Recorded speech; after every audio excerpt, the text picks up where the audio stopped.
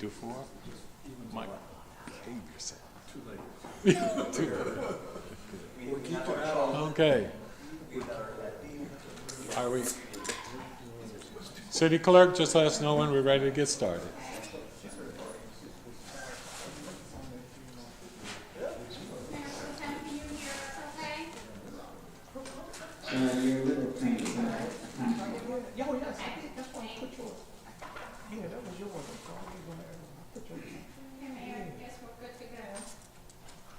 Okay.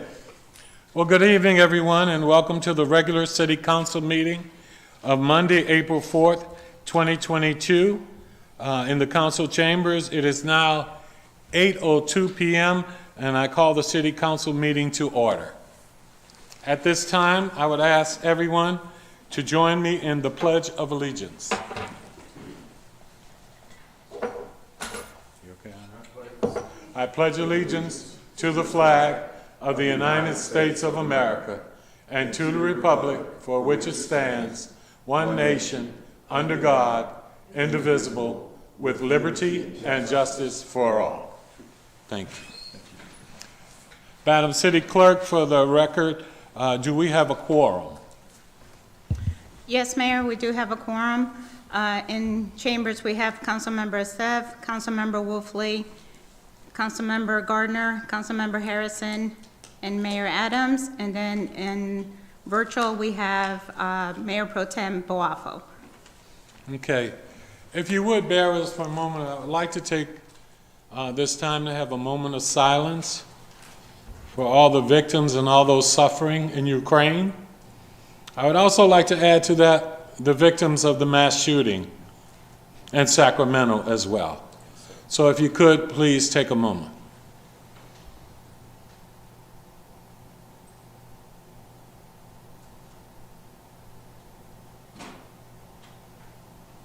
Thank you so very much. And I'd like to thank Councilman Gardner. Thank you. Thank you. For the flags representing our support for Ukraine.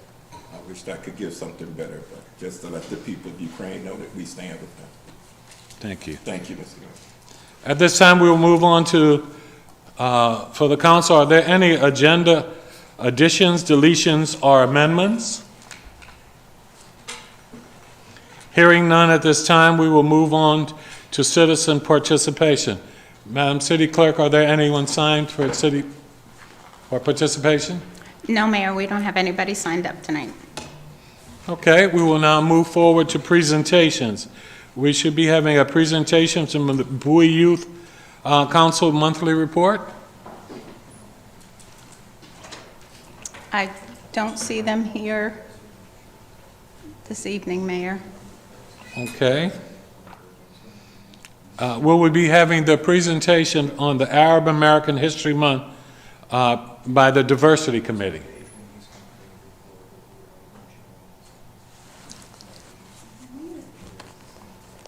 I don't see them here this evening either, Mayor.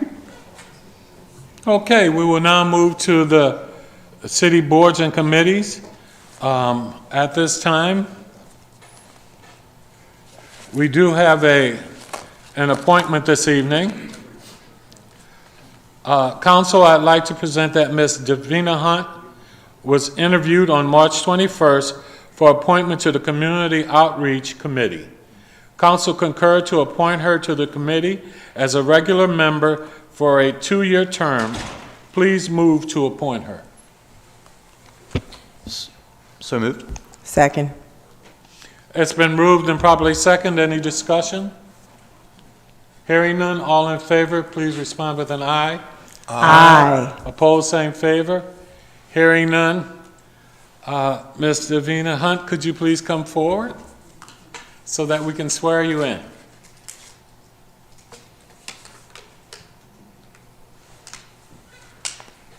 If you would raise your right hand, please. I state your name. I, Davina T. Hurt, Do swear or affirm do swear or affirm that I will support the Constitution of the United States that I will support the Constitution of the United States, and that I will be faithful and truthful and I will be faithful and truthful and bear true allegiance to the state of Maryland and bear true allegiance to the state of Maryland, and support the Constitution and laws thereof, and support the Constitution and laws thereof, and that I will, and that I will, to the best of my skill and judgment, to the best of my skill and judgment, diligently and faithfully, diligently and faithfully, without partiality or prejudice, without partiality or prejudice, execute the office of regular member of the, and state the committee, execute the office of the Community Outreach Committee according to the Constitution according to the Constitution and laws of the state. and laws of the state. Congratulations. Thank you. Here you go, please come up.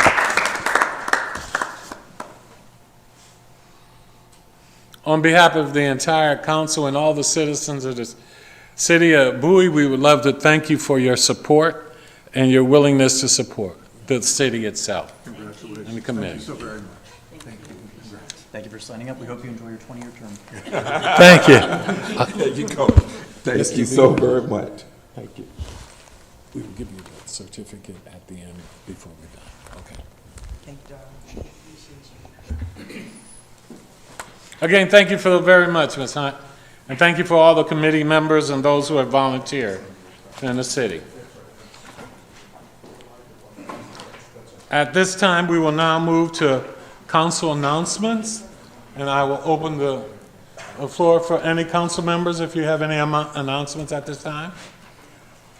Okay, thank you, Mr. Mayor. I do have just two announcements. First, I just want to say congratulations to Davina, and thank you so much for her service. She's actually doing double duty because she's also an advisor for the Bowie Youth Council, and she's been doing a phenomenal job with the kids. So thank you so much, Davina.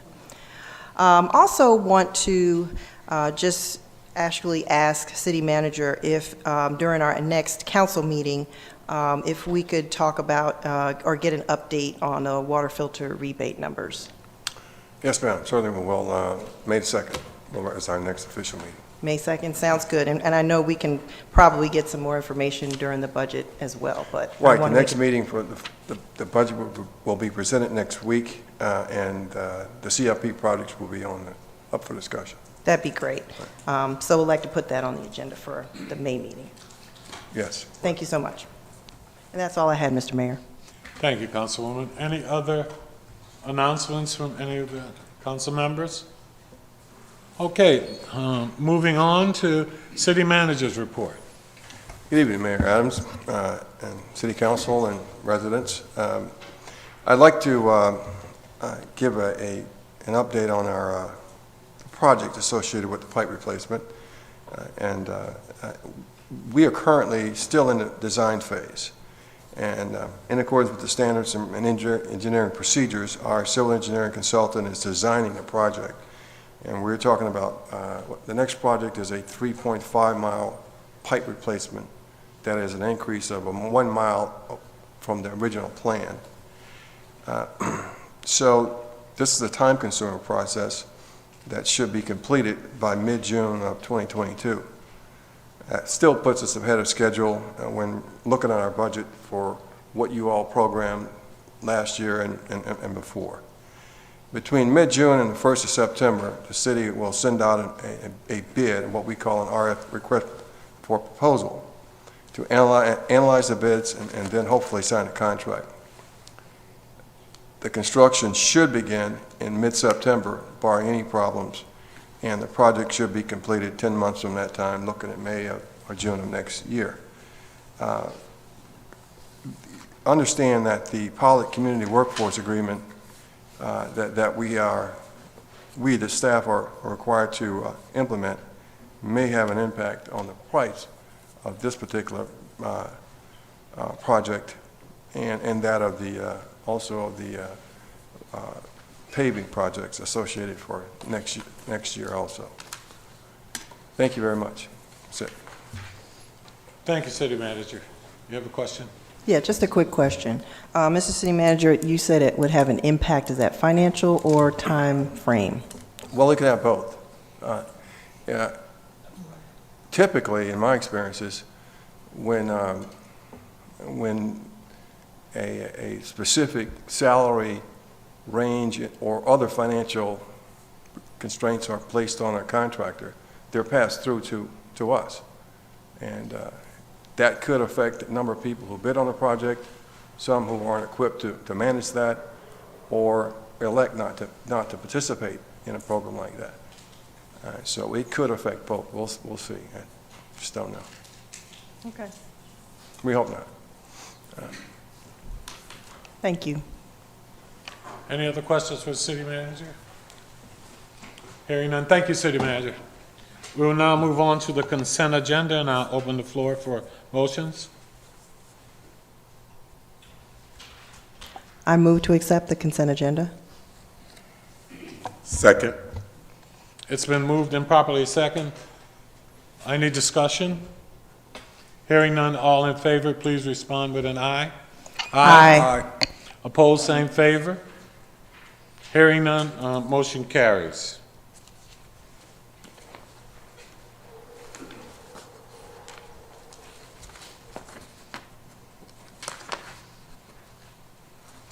We will now be moving on. I see no old business on the schedule. Is that correct, City Clerk? Yes, sir. Okay. We will now move on to new business. And we have with us Chuck Bean from the Greater Washington Council of Governments, and he will be giving us a briefing on the Equity, Housing, Transit, Climate, Metropolitan Washington Planning Framework for 2030. And welcome, and thank you for being here, Chuck. Thank you, Mayor and council members. Great to be with you. City Manager Lott, great to be with you and your staff. I'm here to share some perspectives from the region. None of this is meant to be any way of being a prescription specifically for Bowie County, but maybe there's an idea or two. And I'm going to control the slide deck. Just getting started here. This is the Metropolitan Washington Council of Governments footprint. This is about 3,600 square miles. It's about 5.7 million people. In this footprint, there are about 3.2 million jobs, and there are about 2.1 million housing units. So that's 2020 numbers. Now, we're a dynamic region, so we expect an additional 400,000 jobs to be added during this decade. So about an average of 40,000 additional per year. The population that will accompany those jobs is about 600,000 people. So last decade, we had about 660,000 people join us here in the region. 600,000 are expected this decade. When we look at housing, if that's a big abstract number, sometimes I tell my neighbors, well, that means 360 people are joining us here just this weekend. So where are they going to live? That's a few cul-de-sacs. Maybe it's an apartment building or two. But getting those people close to the jobs is the equation that I want to talk about tonight. Housing, transportation, through an equity lens, and what can we do with our climate goals. So in that context, this has really been when we look a decade back, we had the Region Forward vision for the region. This is on 4 pillars: prosperity, accessibility, livability, sustainability. 2 years ago, the COG board said, we need a 5th element that needs to be woven through all of that. So, and that 5th element is equity. So we think about prosperity, we think about it now as inclusive prosperity. I think looking back over the next decade, we certainly had our challenges first in the Great Recession. Then as the rest of the country was pulling out of the Great Recession, we were facing sequestration. Remember that word from Congress and the federal cutbacks, both domestic as well as domestic spending. But we got through that, and particularly in the last 4 years or so, I'd say the region has more momentum than ever. So unprecedented cooperation on economic development. The biggest economic development competition in history was the RFP from Amazon for HQ2. 3 sites made the short list, and eventually National Landing in Arlington was decided on. For 40 years, the region grappled with finding some defined tax base for Metro, dedicated funding, and that was achieved 3 years ago. One of the most walkable regions in the country, significant air quality improvement. So we're getting some mojo. Things are moving. From a COG board perspective, there's been 4 elements that have been considered, each of these by at least by a year or 2. Housing directors, planning directors from the whole region really looked at our housing needs for our jobs to housing ratio and developed housing targets by the COG board in 2019. Climate goals in 2020, and then a deep dive into transit of the future and equity emphasis areas that I'll go through in the next 10 minutes. So these 4 things really are built on the region forward vision: prosperity, accessibility, livability, sustainability, and now weaving equity throughout. The first area, prosperity, focuses on equity emphasis areas. We looked at the region's 1,200 census tracts in order to discern where are there concentrations of low-income communities and or communities of color. So these orange shaded areas on the map are these 350 census tracts out of the region's 1,200 that have higher concentrations of low-income communities. These census tracts are in every major jurisdiction of the region. And as you can see, there's more concentration on the eastern side of the region, eastern part of the District of Columbia, Prince George's County, mainly inside the Beltway, Prince George's County.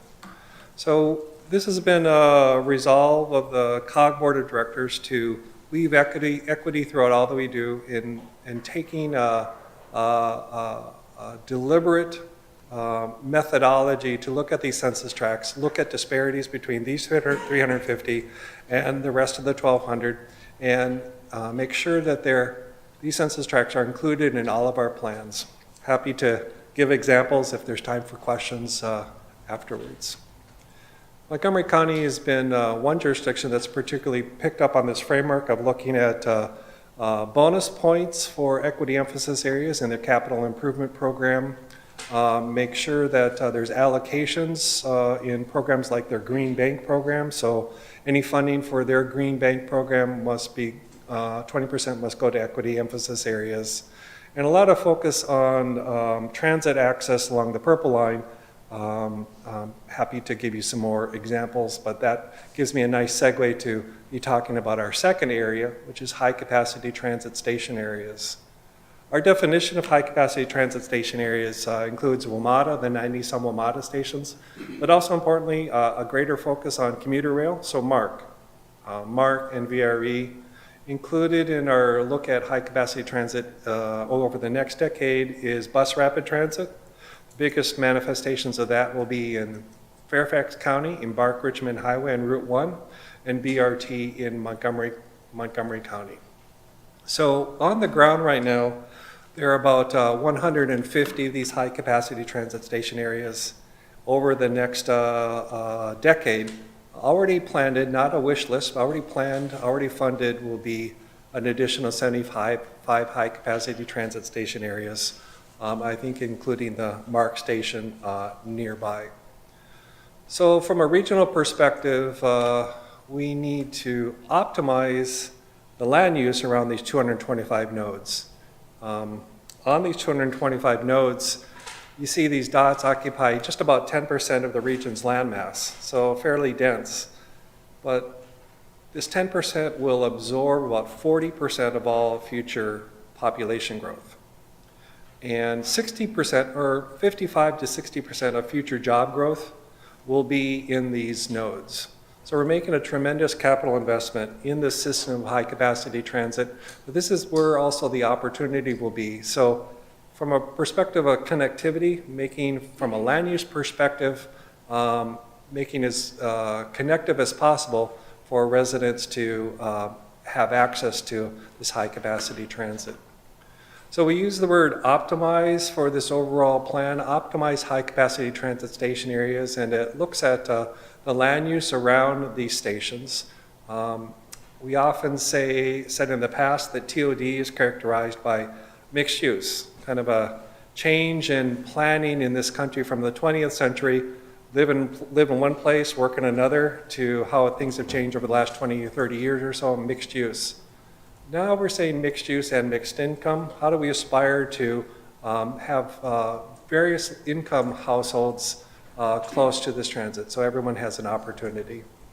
Improving access looks at this dartboard, if you will. So the red is the half-mile radius from a high-capacity transit station, half-mile walk shed, 10-minute walk. The green is extending beyond that half mile. What do we need to do in the mile radius to create better connectivity? Is there such a thing as a bike shed? As much as excitement as there are about electric vehicles, electric bicycles are outselling electric vehicles. How do we plan for that for the future? And then what do we do for the land use for connectivity in the 2-mile radius from a high-capacity transit station area?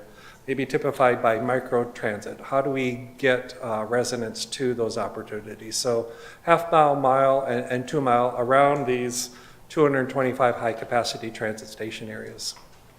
From my perspective, County Executive Alsobrook's economic development platform, which focuses in part on the Blue Line corridor, typifies how do we make the most of this, these WMATA stations? How do we make the most of this land use around the half-mile, mile, and 2 miles? This is a graphic from Prince George's County Economic Development Platform.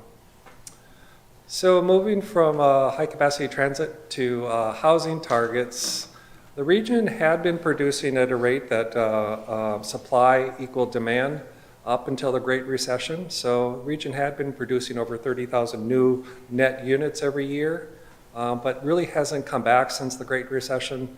So we've been hanging at the 23,000 or so level the last few years. So exacerbating supply-demand imbalance and thus exacerbating cost of housing in the region. So COG Board has been looking at this since 2018 and made 3 regional housing targets. So the first one is about the amount that's needed. So I mentioned at the outset that we have about 2.1 million units. We forecasted that over this 10-year decade that 245,000 would be built. But based on the estimates of jobs and population, more than 245,000 needs to be built, 320,000 need to be built. So a delta, a margin, if you will, of additional 75,000 units. How to get there, big challenge, but I think our job is looking at the jobs housing balance. So more is needed. More is needed in the right place, that even if we were to increase the housing supply, if they're built in the wrong place, meaning away from jobs, away from transportation, away from transit, it's just going to exacerbate our transportation problems. So 75% of the new housing needs to be in regional activity centers, these concentrated mixed-use areas, or near high-capacity transit. And looking at the workforce of the future, we worked with the Urban Institute to look at the workforce that would be added over the next decade, and noted that set an aspirational goal of 75% needs to be affordable to low and moderate income households. District of Columbia, the mayor, after these targets, set a new goal for the district of adding 36,000 units by 2025, so that fit the slope that I was talking about.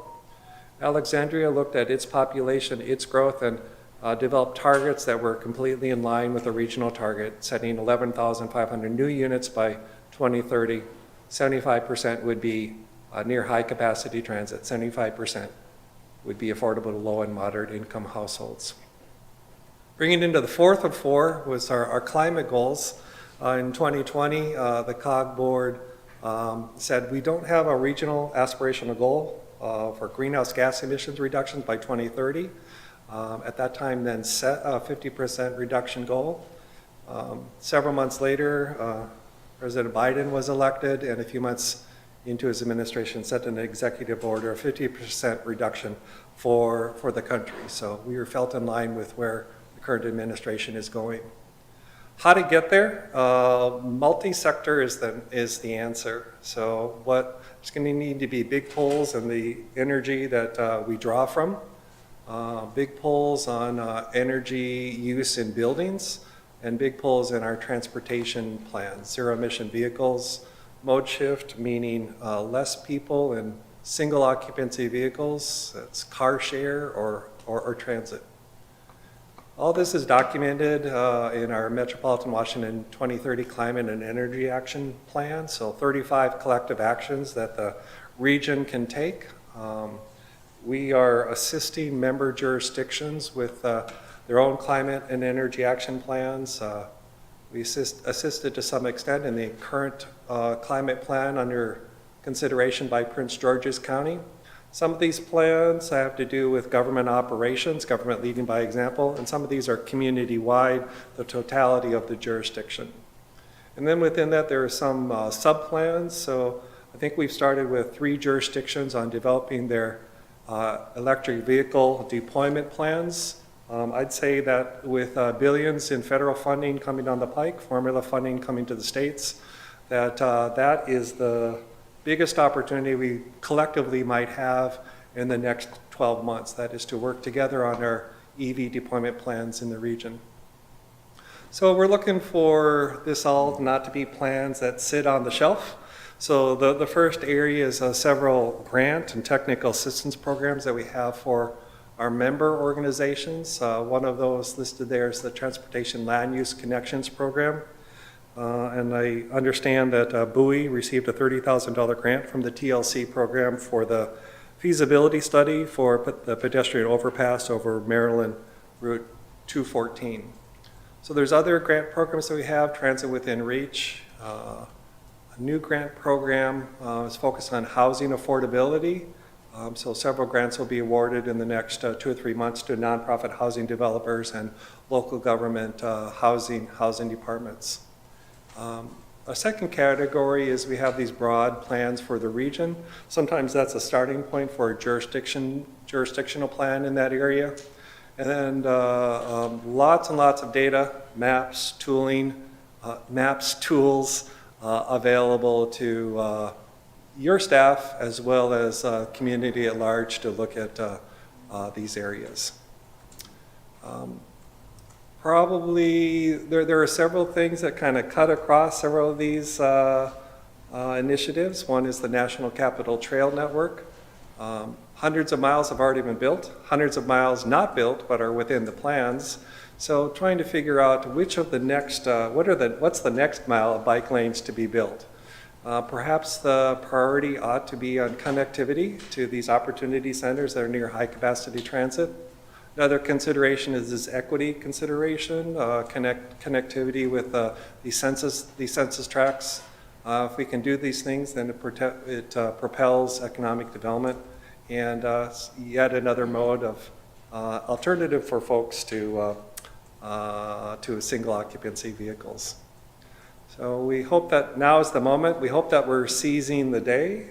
We hope that for example, on electric vehicles deployment plans, that we're enabling MDOT, DDOT, and VDOT all to be talking together as they talk about their plans. And as formula funding comes down to cities and counties from the states, that there can be more dialogue, more alignment. I mentioned EVs, but this could be on any of these areas within the bipartisan infrastructure bill. So, Mayor, Council, I've done this presentation sometimes in 2 hours. I've been much shorter tonight, but I'd be happy to answer questions and engage in dialogue with you. Yeah. First and foremost, Mr. Bain, we'd like to thank you for the work that the Greater Washington Council of Government and yourself are doing for our region and the whole area. And so just a simple thank you, and I'd like to open it up to questions from the council, if we have any. Councilman DeFore? Yes, first of all, thank you for joining us this evening. Very much appreciate your time and your good works as well. A couple quick questions. EV readiness, what is the overall strategy for EV readiness and multi-housing units? Given that we know that, I'm an EV user myself, it's very simple for me. I have a driveway and a garage, and I just, plug into my own infrastructure. What's the current strategy and the thought process for the region with regard to multi-housing units? Yeah, thank you. For both existing and new construction. Yeah, I think, Councilmember, on some of the specifics, I'll need to follow up because I don't know the answer to that question.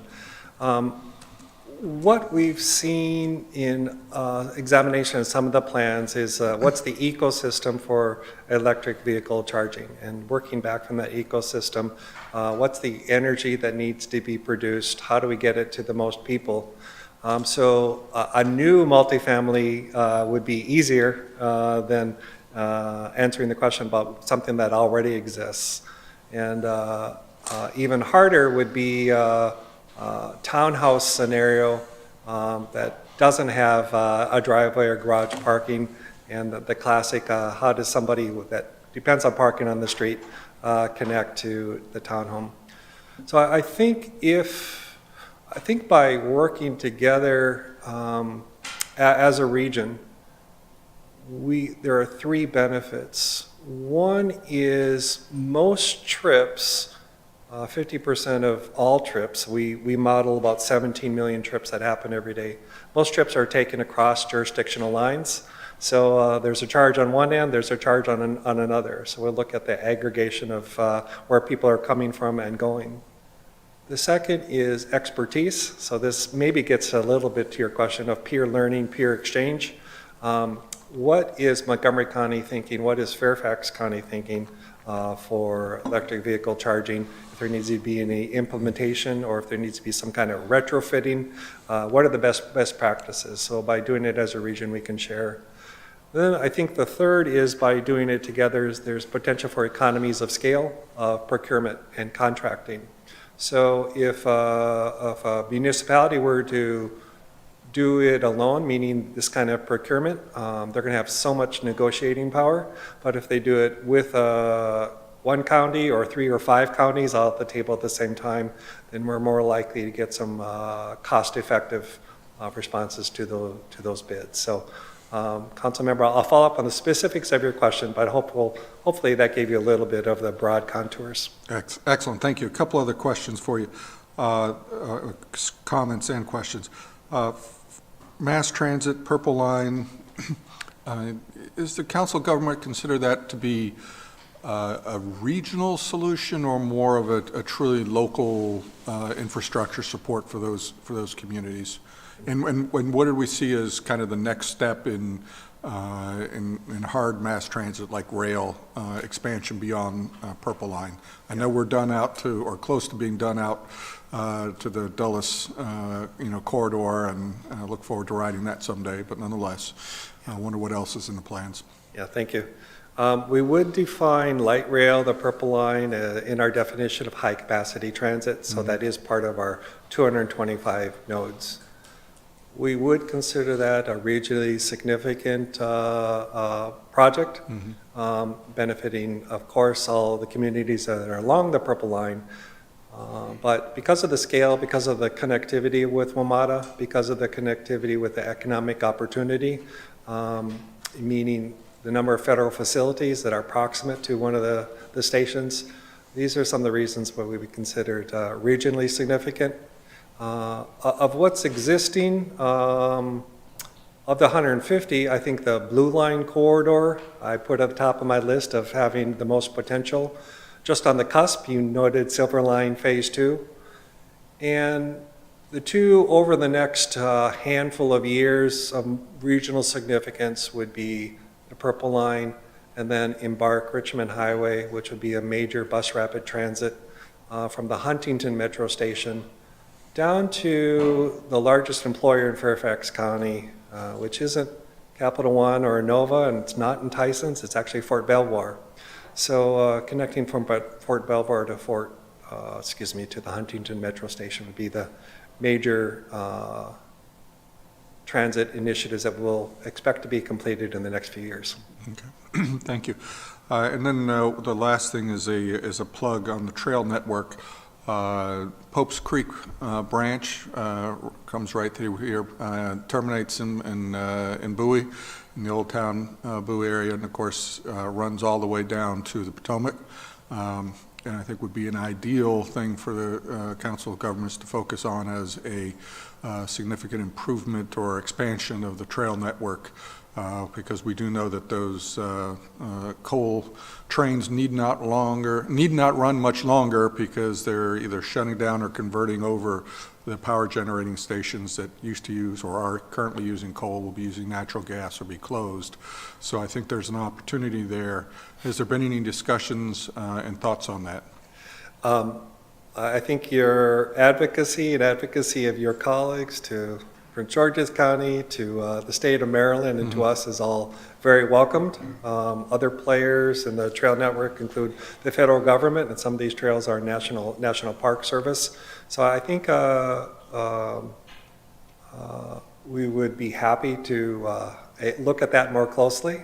And my perspective on this planning framework is of all the potential, where ought the bonus points be? And I'm using bonus points a little bit figuratively, but connectivity so it has an economic impact, and connectivity to equity emphasis areas so it has an equity perspective to it. So I think I would personally advocate if what you're describing fits that model, that we'd want to be supportive. All right, thank you. Thank you for coming this evening. Thank you, sir. Any other questions from the council members? Again, thank you so very much, and thank you for the work, and we appreciate you, and we'll have you back again to give us some further updates. Hey, thank you. Thank you. Appreciate your time, sir. Thank you. Thank you for coming out this evening. At this time, we will move on to item B, the Bowie Ice Arena Site Fit presentation. I'll turn it over to city staff. Good evening, Mr. Mayor. Of course, the council gave the staff an assignment to evaluate an undeveloped area, Bowie Golf Course, which to consider for construction of a new one-sheet ice rink. And so we employed the 292 Design Group to take on that mission.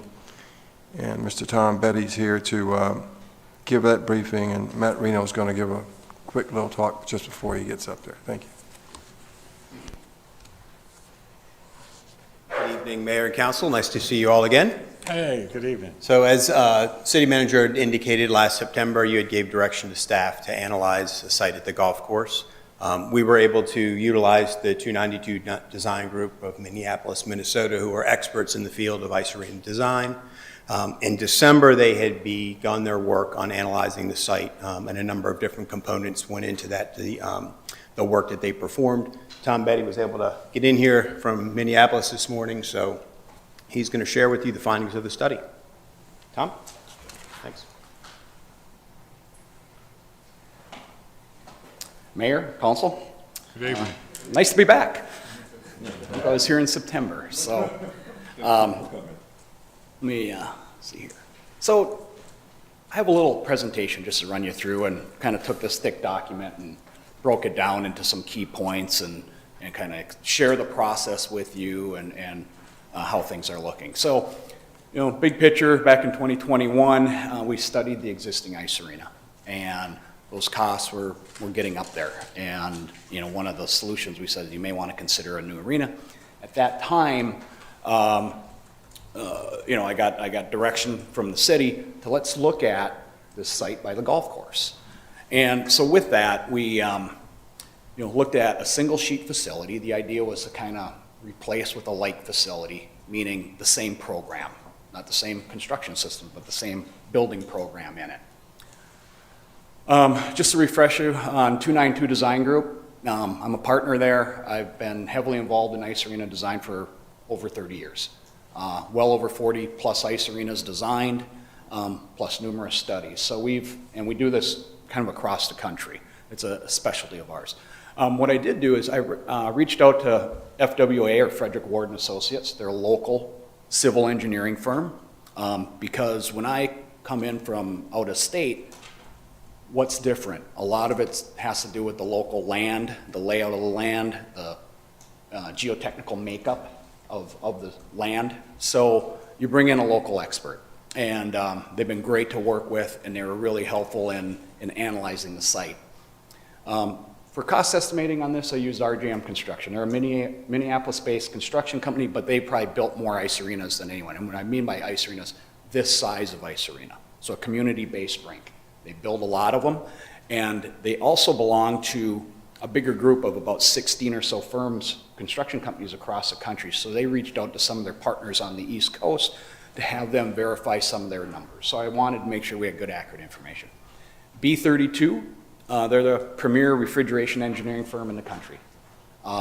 Scott Ward, the owner of B32, and I go back well over 20 years. We work together all the time. Ever since I started bringing him in, no more problems with ice arenas. He just has it down. And then Nelson Rudy and Associates, their structural, mechanical, electrical expertise, same thing. We do a lot of ice arenas. We've been working together for 25 plus years, so we've seen about everything. So we had a really good, solid team. And then we looked at the process, and we really used a three-phased approach for this.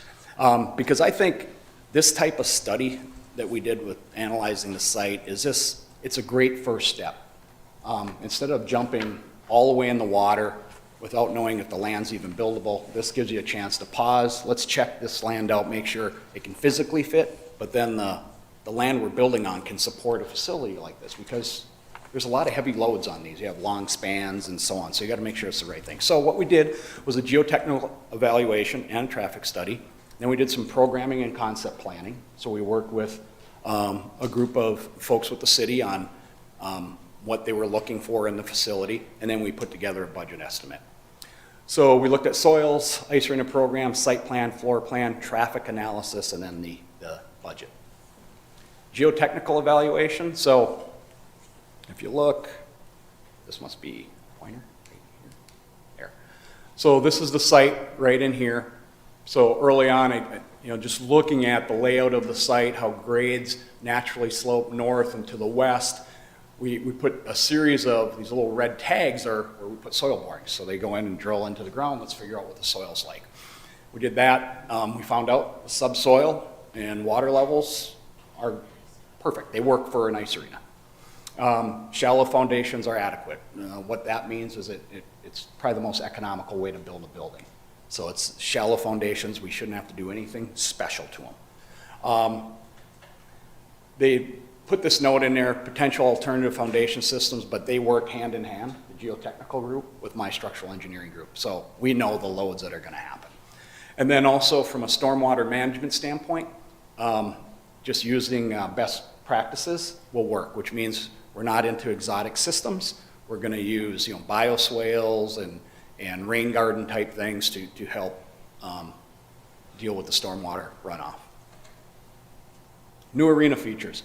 It's really about replacing exactly what you have, except for a couple components. And what we did is we added a fifth team. Forever, ice arenas, up until about 10, 15 years ago, you had 4 team rooms per each sheet of ice. Okay, so you have 2 teams on the ice playing, 2 teams showing up, 4.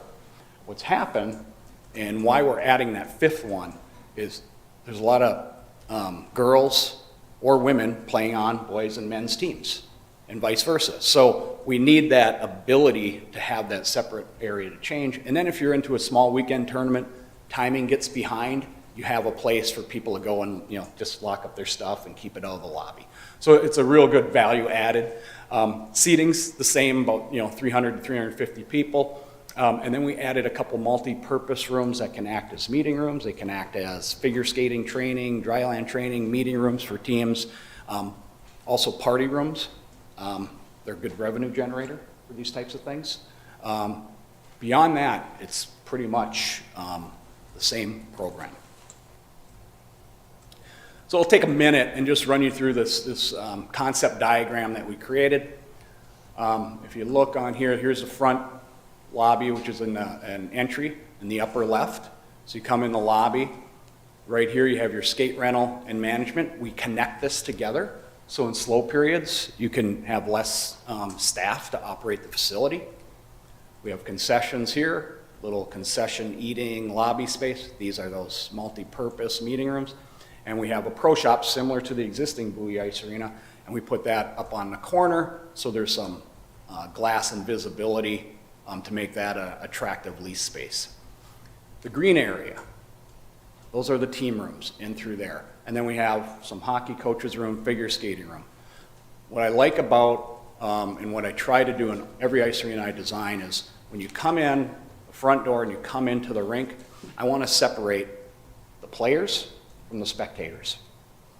The sooner we can do that, the better the facility operates and makes it a real easy-to-use facility, where I like to say when I design a building, if I can do it without signage, I've hit a home run. So that's what we're trying to do here. So you come in, players go into team rooms, parents, fans, go down the bleacher seating. The other thing that's critical, I think, in ice arena design is this gray area in back. That's your back of house. So your Zamboni room, the refrigeration room, the heavy equipment, where you don't want kids or the public back in here. So in a lot of ice arenas, players may have to pass in front of a Zamboni coming out.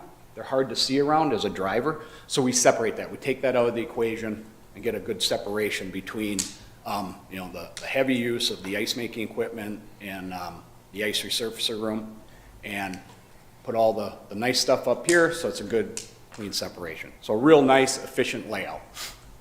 The other thing I want to point out, the dash lines, I think this is just critical. About every ice arena I've done, they either grow or they never shrink. So we want to make sure as we plan this that it can take on a second ice sheet, or this could be, a field house or any long span structure. So when we looked at designing this, we wanted to make sure on the land we have the space for it, for whatever that may be in the future, and we wanted it to be a significant structure. So this is about 135, 140 feet wide. So it fits, everything from volleyball, basketball, ice, whatever it may be. Additional locker rooms, the back of house for that stuff, and then also lobby expansion. So just not looking at today, but making sure we're future-proofing it and looking out for the future of Bowie.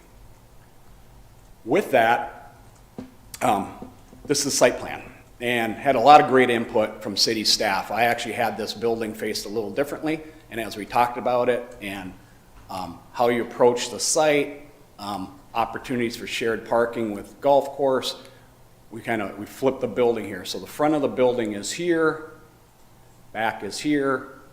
You'd come in, there's a nice drop-off lane, and then into the parking lot. The green area are those infiltration, like rain gardens, to kind of pre-treat the water, the rainwater as it goes across.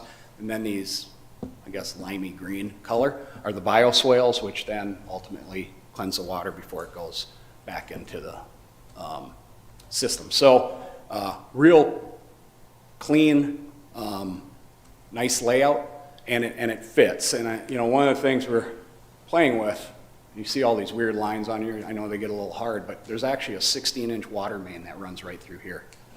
We're able to miss it. It's kind of a win, right? Because 16-inch water mains are very expensive to move.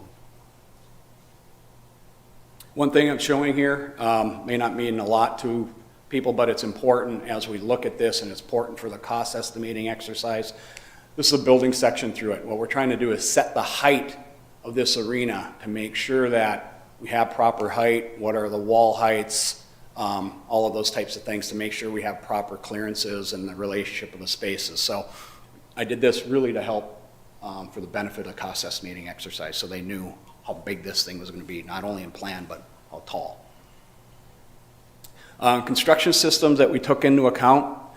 The idea when I build an ice arena, I'm trying to make it a 50 to 100 year building, right? These aren't it's meant to be durable.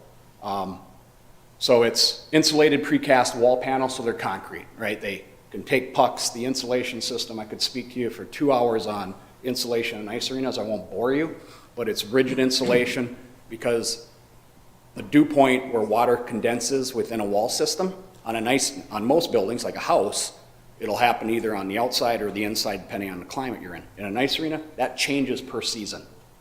So rigid insulation and having the proper amount will allow us, that panel will never have condensation, and it's super durable. So we're utilizing that, long span steel bar joists, perforated metal decking, acoustics, and so on. In an ice arena, they get pretty echoey. So that's a low dollar solution that helps with that. Refrigeration, we're looking at industrial grade with heat recovery. And what that means, we take the heat, when you make ice, we create a lot of heat. So we capture that heat, put it through a system, and we actually run it underneath the ice sheet. So you have your ice that wants to be 18 degrees, plus or minus. If you're a figure skater, you probably want it around 20 to 22 degrees. And then you have your concrete slab that has the coolant in it, the pipes. And then we have insulation and another vapor barrier. Below that, we actually heat the soil to just above freezing so that we don't get permafrost. Because what will happen, moisture vapor will come up, it'll want to create a big ball of frost, and then your ice sheet will tilt, and it'll do all kinds of bad things that you don't want it to do. So we actually take this free energy and utilize it there, and then we also take that energy and utilize it in the snowmelt pit. So when you resurface the ice, you dump it in that pit instead of going outside. Similar to what they do now, they're just a little more efficient. And what I talk about when designing an ice arena, we're trying to build a better refrigerator. Right? We want to keep the refrigerator door closed all the time. So I think that's what we're looking at. State-of-the-art dashboards. Just you want good, durable dashboards. Those are the boards that go around the rink. Mechanical, dehumidification. This is meant to be a year-round facility. Also with that, we need to bring in, especially as we all have all been through COVID and so on, the right fresh air volume for everything. And then we use energy recovery on those units. So we're taking this air and capturing the energy off of it as we exhaust it. Electrical, all LED lighting. It's just kind of the way everything is now on that. Finally, the traffic study. We had that performed, and really it has basically no impact.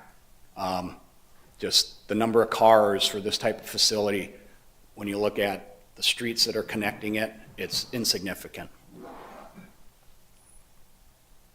Budget.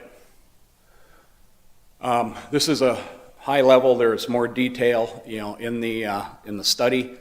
But architectural, $7.6 million. That's the precast, the steel bar joists, the footings, foundations, doors, glass, windows, insulation, all that good stuff. Ice system, that's the plant, the refrigerated floor, the dashboard systems. Plumbing, fire protection, HVAC, your dehumidification, toilet rooms, sinks, all that. Electrical, self-explanatory. Site work, about $1.72 million. That incorporates the stormwater, the parking lots. We have a little bit of retaining wall to deal with grades.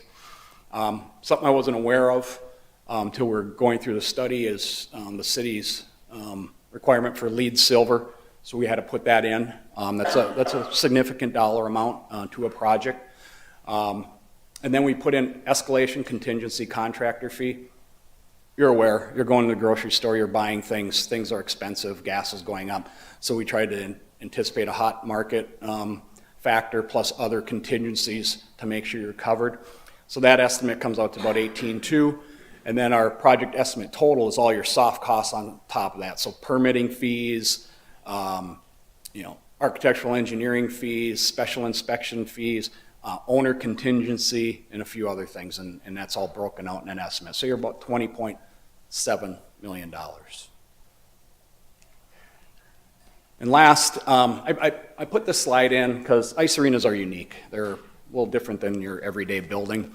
So I want to talk a little bit about just what I've learned over the years on how these things are built and executed. So your delivery process, you can do your traditional design it, bid it, build it, hire an architect, engineering group, they do all the drawings, get a general contractor, and they build it. Chances are that contractor's never built a rink before. The other option is design build. Usually doesn't work well in city government, and you kind of lose control because you're only guaranteed a number but not a quality. There's CM agency that gets can happen, but there's no teeth on the CM, and then you don't know if that CM's qualified for ice arenas. And then the one that we've been seeing in the last 10 plus years is CM at risk. Granted, this would have to take a conversation with city attorneys and so on, but it's the way we're seeing these types of specialty buildings being delivered. What happens is you hire a CM, just like you'd hire an architect. You put out an RFP for them, you select them based off qualifications and their fee, and then they maintain an open bid process by They'd bid it out to refrigeration contractors, bid it out to specialty HVAC, bid it out to precasters, steel people. And then you assign all those prices, so you're getting all those bids and assign it. So it's a little twist. I thought I'd bring it up because they are unique facilities that take a little bit of know-how on how to put them together to have a truly great facility. With that, that's my presentation. So, ready for questions? Thank you very much. Yeah. Appreciate you coming in this evening. Yeah. And sharing. I'd like to open it up to any questions from any council members at this time. Any questions? Councilman Dufour? Quick question. Yeah. Sorry about that. Quick question on, and maybe this is to staff, LEED Silver versus just LEED Certified. Any implications on cost and benefits to us? Yeah, I would say, it's kind of a moving target. So I'd say LEED Silver at 2.75 million, and then there's all degrees in between. So I can confidently say this, that how we design ice arenas, they may not be LEED Silver, but they're very sustainable. And what I mean by that is we're recapturing heat already from the mechanical systems we're using, good insulation systems. We put more insulation on the roof than a typical office building because we just know what it takes to run these things. We're dealing with the stormwater management already. So we'll do a lighter commissioning on mechanical systems. LEED is really heavy in that. LEED also wants a lot of water reuse. So, using what we call purple pipe water or recycled water. So on, so that increases all your piping and so on. So if you did LEED Silver, you'd have to use recycled water, we'd have to do more commissioning and so on, so it just adds cost. You could do different steps in between. So for example, say you just build the ice arena, how we'll do a lot of standard ones where you'd eliminate that 2.75 million, it'd be a real solid building, but we could put systems in there. So one of the big users for water on an ice arena, more so than showers, is the condenser that makes the ice. You have this big tower, and to keep it cool, pour water in it. So one of the things we've done in like a desert climate, we capture that water, recycle it, and then reuse it as an energy savings. We can set up the systems so you could add solar on the roof. So you could push some of those things down the road. I think they're all great. I mean, I love them because they conserve energy and so on, but sometimes the dollars and don't quite align. So, we could look at that as we, if we were to get hired, we would look at that and give you some options on, here's what would happen if you made it, let's just call it solar ready, made it recycled water ready. We could never come back later on and add water systems to like use recycled water for flushing urinals or toilets, because once you put those systems in, they're in. So that would have to be a decision. So there's some room there. It's just there's a number, right? It adds some cost to a building like this, and just so you're aware of it. Out of the 40 plus ice arenas I've done, one's LEED Silver. That's the Anaheim Ducks Training Center out in Irvine, California. It was important, the ownership there wanted LEED Silver. It was important of, their need for water and electricity issues they have out there. So he wanted to make sure that building was foolproof. So Because it sounded to me like a lot of the initial design concepts that you already have as your standard, accoutrements, if you will, whether it's the insulation or the infrastructure, is already designed and deployed with an eye towards efficiency. yes, yep, it is. Okay. I'll share a little story with you. I like stories, I guess. Back about 20 years ago, I designed an ice arena for Springfield, Missouri. 2-sheet ice arena. And University of Minnesota was holding a sustainable design workshop where architects got to bring in their buildings and see how it did in this workshop.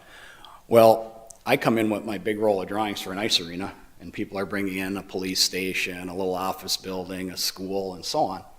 And they're like, an ice arena? And other architects laughed at me. Guess which one finished out on top? The ice arena. And it's because we're using products that really work in an ice arena environment and that you want to do because they use energy. So we're already trying to capture that energy. We're using the concrete panels are, highly recyclable. The steel there's a lot of steel in these buildings, so that's all highly recyclable content. We don't have rubber flooring is highly recyclable. A lot of areas we just have a sealed concrete floor, so we're not putting a lot of carpet and stuff all over that, has high energy potential to it. So they are kind of like that. But when we see LEED silver, we have to up that game a little bit, and there's some additional cost to it. And I think you explore it and then decide if that makes sense and how Bowie, feels about, the energy side. It's always great to save energy, but sometimes I'm a believer that to get things done, sometimes you have to step it up to ultimately get there, so. Thank you. Okay. Thank you. Yes, thank you, Mr. Mayor. I don't know who takes this question, if it's staff or Mr. Betty here, but what are we looking at as a cost for this? Well, I think he gave her a number of $20,200,000. Is that accurate, Mr. Betty? 20.7. $20.7 million. That's project cost, so that's Project kind of cost. all in. That's all in, Yeah. 20 million, Yeah, I'm sorry. 20.7. 20.7, okay. Any other questions?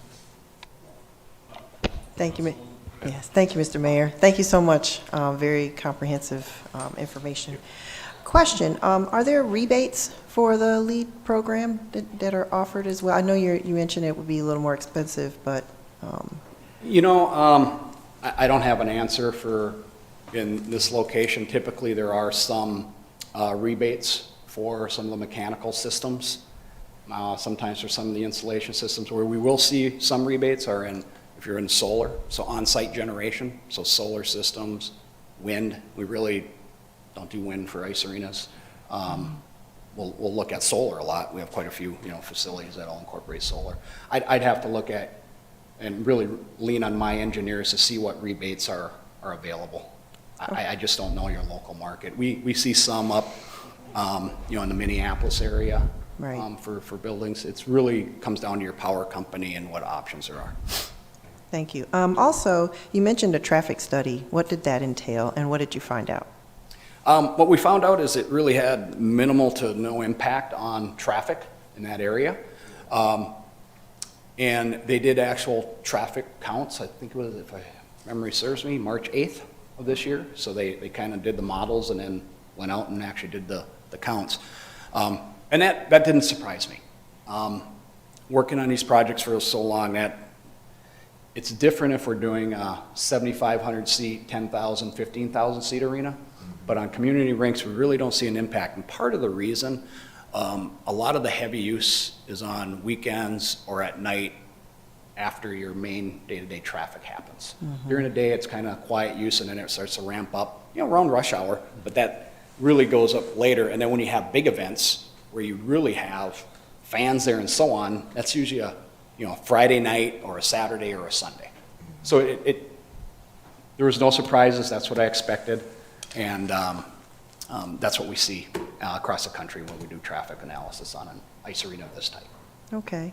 And I got a question, a constituent texted a question about accommodations for curling. Is that something that you've done in prior rinks? Okay, so this didn't take that into account. I can tell you it's really economical to add.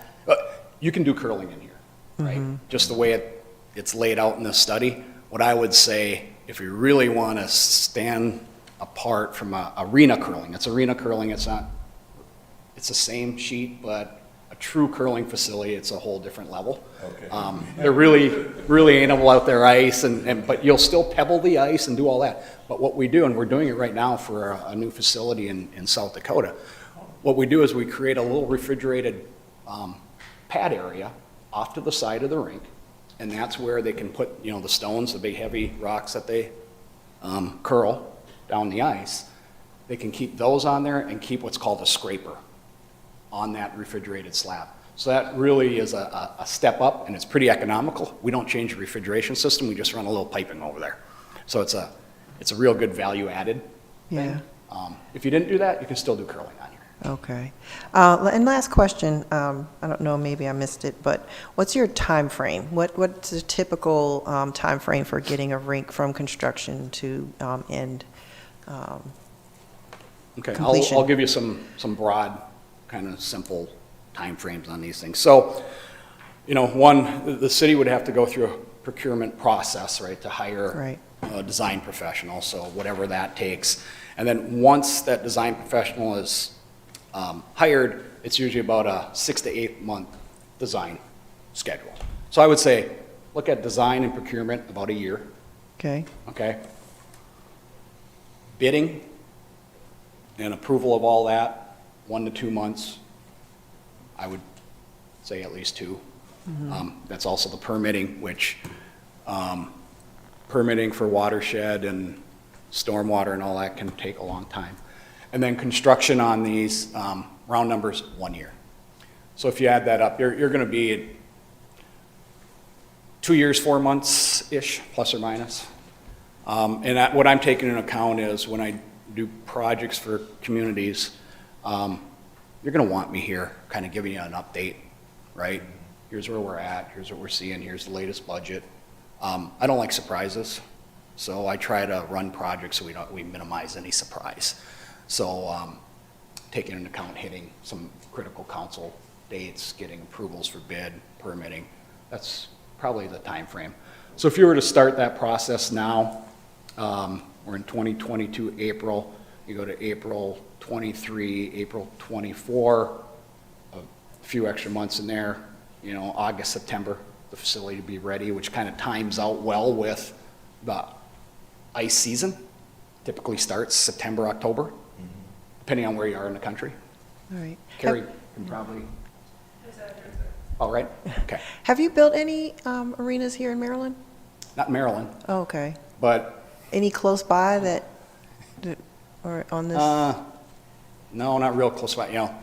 Kansas City, Florida, Arizona, California, South Dakota, Iowa, Minnesota, Michigan. Your experience. Yeah, I'm kind of all over. Yeah, I was just wondering, I was just wondering if you had any Yeah. on this coast. I think we have good documentation of all of our facilities and so we work across the country, very used to it. What we would do, like I said, I'm going to hire some local, on my team, I'd have local civil engineers Right. and Yeah, we just to definitely want local. guide that. Local folks on it, definitely, for sure. Yeah, and if there's structural engineering, I can find local, some of that stuff. There's some specialty things, refrigeration engineering, that's a specialty. You Correct. just got to know it. The mechanical systems, it's a specialty. You have to know it, or else you pay for it dearly in the future. So in this market, I'm kind of the one who bounces around. Brings the expertise to it because it is such a unique project type. All right, thank you. That's all the questions that I had. Okay, thank you. Councilman, go ahead. Thank you, Mr. Mayor. Pardon me, I do have just one other question, very Sure. small. You may have mentioned it, and I just didn't catch it. What is the proposed square footage of this facility? This facility, hold on. Let me pull up my little sheet here. Where'd it go? It's right by. Here's the traffic. I changed the setup on this. Here we go. Okay. So we are at about 41,500 square feet. Yeah. Which is pretty typical. The program square footage is roughly 37,600, and then the walls Okay. take up about 3,800 square feet. Okay, Well, thank you. that was it. Thank you so very much for coming in this evening. We Yeah, appreciate bet. the information. Thank you. Appreciate that. Thank you. Bye. Thank you. I think at this Stim- time, we'd like to go back and see if we could bring our youth council up for their report.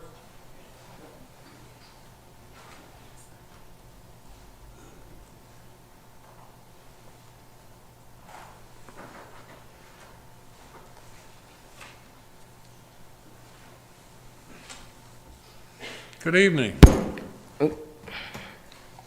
Good evening, Mayor Adams and everybody on the board. How are you guys today?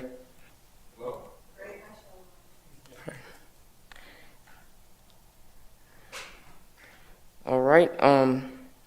So just to start off, on behalf of my fellow members of the Bowie Youth Council, I'll be presenting an update of what we have accomplished in this past month.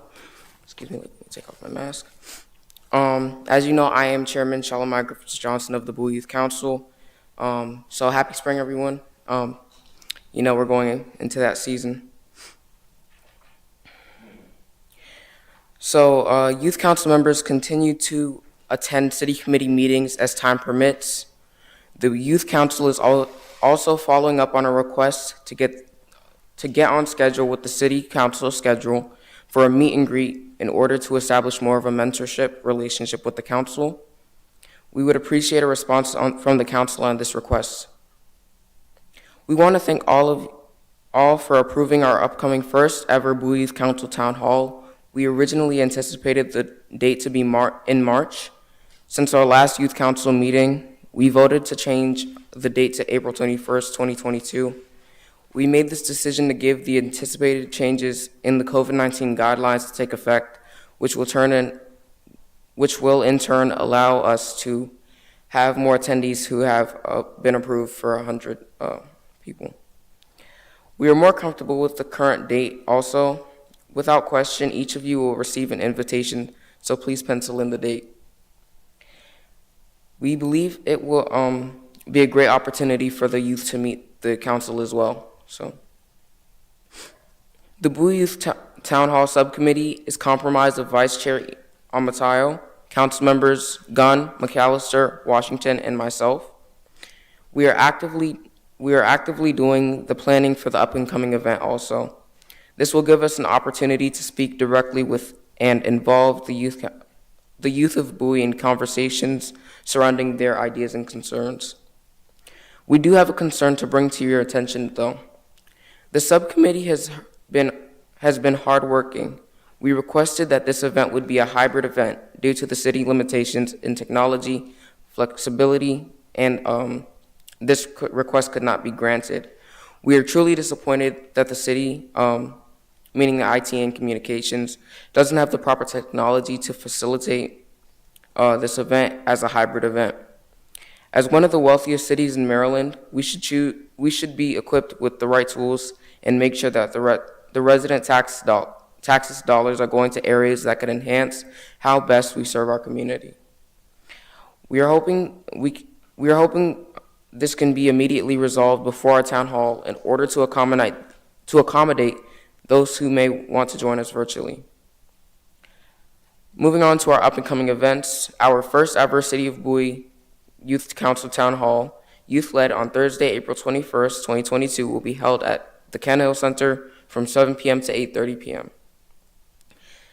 The next order of business after the Youth Town Hall will be the establishment of a Bowie Youth Council Bylaws Subcommittee to create and establish bylaws for the Youth Council operations. So this is all I have for you today. Thank you for your time, and have a great evening. If you guys have any questions, please let me know. Thank you, son. Appreciate you.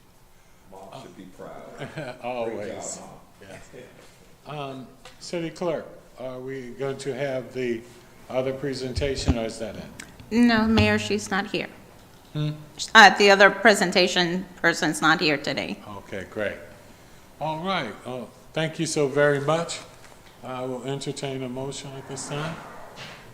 Mr. Mayor, I'd like to make a motion, moving to acceptance. To adjourn to closed session on statute authority and code state government article subsection 3-305B1 to discuss the appointment, employment, assignment, promotion, discipline, demotion, compensation, removal, resignation, or performance evaluation of appointees, employees, or official over whom this public body has jurisdiction, and the other personnel matter that affects one or more specific individuals. Second, I like to second. Second. Yeah. It's been moved and properly second. All in favor? Aye. All opposed, same favor? Hearing none, motion carries. I'd like to thank everyone who has joined us this evening for our city council meeting. I'd also like to thank those virtually, and we do appreciate all that you do for the city. Staff, as always, thank you so very much for your support, and again, for the presentations we received this evening, thank you so very much. And again, to everyone, and particularly our youth group, thank you so much for being here. And everyone, please have a good night. Good night, everyone.